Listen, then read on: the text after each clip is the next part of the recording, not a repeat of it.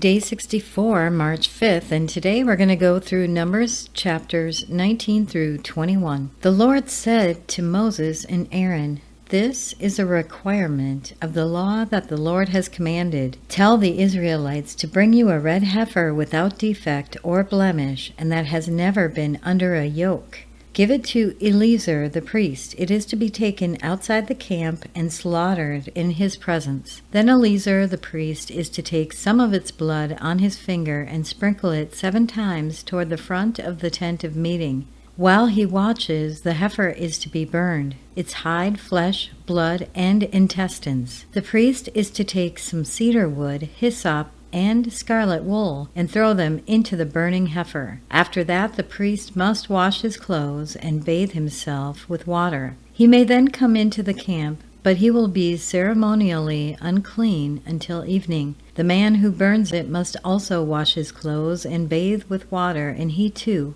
will be unclean until evening. A man who is clean shall gather up the ashes of the heifer and put them in a ceremonially clean place outside the camp. They are to be kept by the Israelite community for use in the water of cleansing. It is for the purification from sin. The man who gathers up the ashes of the heifer must also wash his clothes, and he too will be unclean till evening. This will be a lasting ordinance both for the Israelites and for the foreigners residing among them. Whoever touches a human corpse will be unclean for 7 days. They must purify themselves with the water on the 3rd day and on the 7th day. Then they will be clean. But if they do not purify themselves on the 3rd and 7th days, they will not be clean. If they fail to purify themselves after touching a human corpse, they defile the Lord's tabernacle. They must be cut off from Israel. Because the water of cleansing has not been sprinkled on them, they are unclean. Their uncleanness remains on them. This is the law that applies when a person dies in a tent. Anyone who enters the tent and anyone who is in it will be unclean for 7 days. And every open container without a lid fastened on it will be unclean. Anyone out in the open who touches someone who has been killed with a sword, or someone who has died a natural death, or anyone who touches a human bone or grave will be unclean for 7 days. For the unclean person, put some ashes from the burned purification offering into a jar and pour fresh water over them. Then a man who is ceremonially clean is to take some hyssop, dip it into the water, and sprinkle the tent and all the furnishings and the people who were there. He must also sprinkle anyone who has touched a human bone or grave, or anyone who has been killed, or anyone who has died a natural death. The man who is clean is to sprinkle those who are unclean on the 3rd and 7th days, and on the 7th day he is to purify them. Those who are being cleansed must wash their clothes and bathe with water, and that evening they will be clean. But if those who are unclean do not purify themselves, they must be cut off from the community, because they have defiled the sanctuary of the Lord. The water of cleansing has not been sprinkled on them, and they are unclean. This is a lasting ordinance for them. The man who sprinkles the water of cleansing must also wash his clothes, and anyone who touches the water of cleansing will be unclean till evening. Anything that an unclean person touches becomes unclean, and anyone who touches it becomes unclean till evening. In the 1st month, the whole Israelite community arrived at the desert of Zin, and they stayed at Kadesh. There Miriam died and was buried. Now there was no water for the community, and the people gathered in opposition to Moses and Aaron. They quarreled with Moses and said, "If only we had died when our brothers fell dead before the Lord. Why did you bring the Lord's community into this wilderness, that we and our livestock should die here? Why did you bring us up out of Egypt to this terrible place? It has no grain or figs, grapevines or pomegranates, and there is no water to drink." Moses and Aaron went from the assembly to the entrance of the tent of meeting and fell face down, and the glory of the Lord appeared to them. The Lord said to Moses, "Take the staff, and you and your brother Aaron gather the assembly together. Speak to that rock before their eyes, and it will pour out its water. You will bring water out of the rock for the community, so they and their livestock can drink." So Moses took the staff from the Lord's presence just as he commanded him. He and Aaron gathered the assembly together in front of the rock, and Moses said to them, "Listen, you rebels, must we bring you water out of this rock? Then Moses raised his arm and struck the rock twice with his staff. Water gushed out, and the community and their livestock drank. But the Lord said to Moses and Aaron, because you did not trust in me enough to honor me as holy in the sight of the Israelites, you will not bring this community into the land I give them. These were the waters of Meribah, where the Israelites quarreled with the Lord and where he was proved holy among them. Moses sent messengers from Kadesh to the king of Edom, saying, This is what your brother Israel says. You know about all the hardships that have come on us. Our ancestors went down in Egypt, and we lived there many years. The Egyptians mistreated us and our ancestors, but when we cried out to the Lord, he heard our cry and sent an angel and brought us out of Egypt. Now we are here at Kadesh, a town on the edge of your territory. Please let us pass through your country. We will not go through any field or vineyard or drink water from any well. We will travel along the king's highway and not turn to the right or to the left until we have passed your territory. But Edom answered, You may not pass through here. If you try,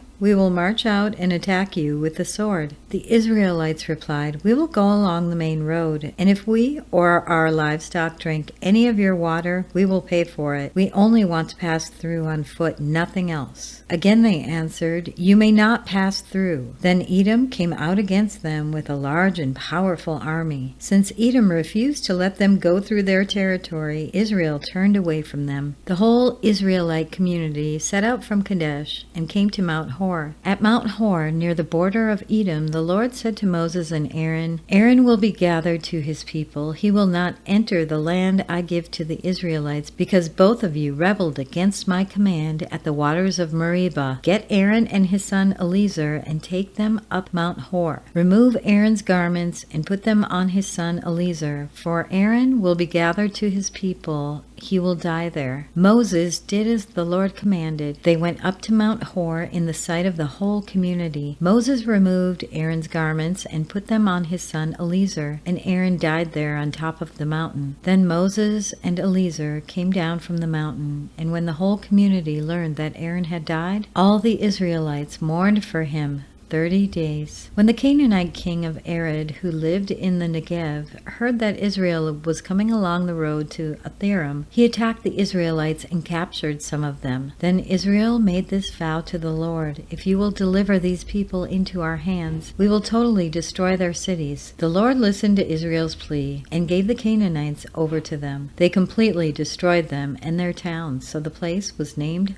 Hormah. They traveled from Mount Hor along the route to the Red Sea to go around Edom. But the people grew impatient on the way. They spoke against God and against Moses and said, Why have you brought us out of Egypt to die in the wilderness? There is no bread, there is no water, and we detest this miserable food. Then the Lord sent venomous snakes among them. They bit the people, and many Israelites died. The people came to Moses and said, We sinned when we spoke against the Lord and against you. Pray that the Lord will take the snakes away from us. So Moses prayed for the people. The Lord said to Moses, Make a snake and put it up on a pole. Anyone who is bitten can look at it and live. So Moses made a bronze snake and put it up on a pole. Then when anyone was bitten by a snake and looked at the bronze snake, they lived. The Israelites moved on and camped at Abath. They then set out from Abath and camped in Abarim in the wilderness that faces Moab toward the sunrise. From there they moved on and camped in the Zered Valley. They set out from there and camped alongside the Arnon, which is in the wilderness extending into the Amorite territory.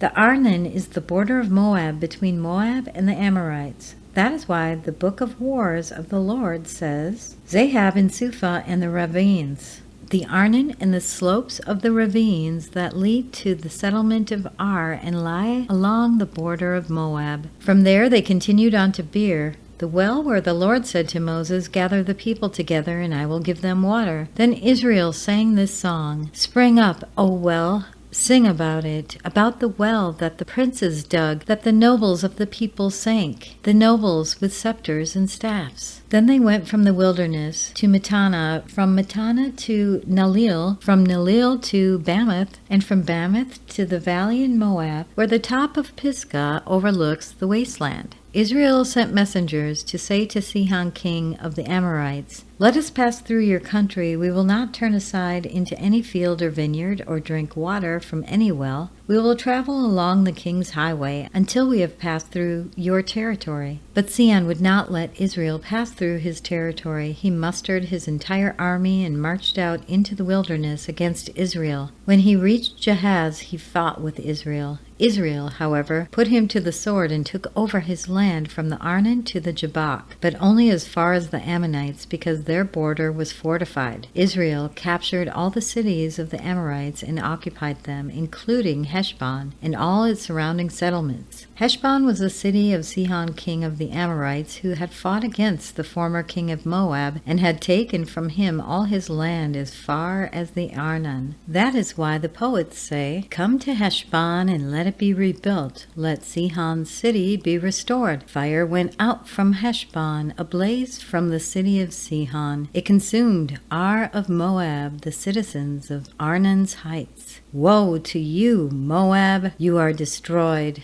people of Chemosh. He has given up his sons as fugitives and his daughters as captives to Sihon, king of the Amorites.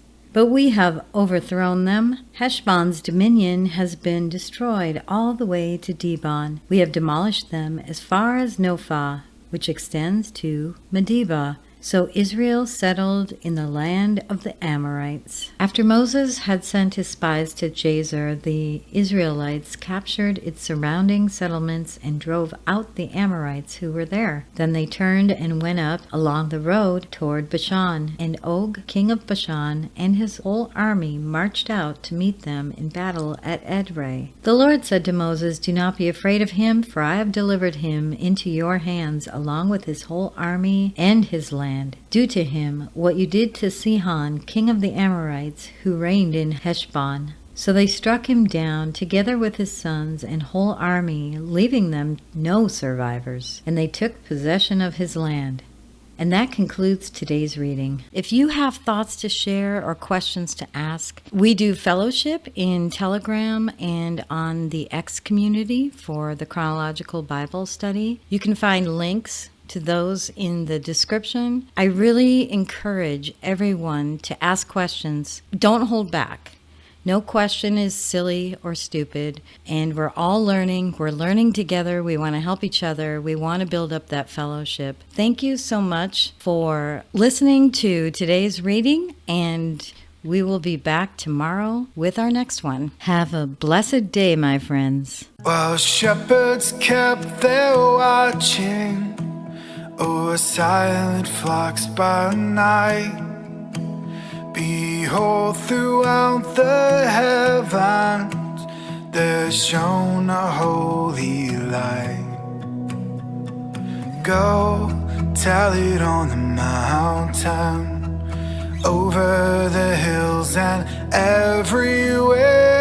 Go tell it on the mountain that Jesus Christ is born.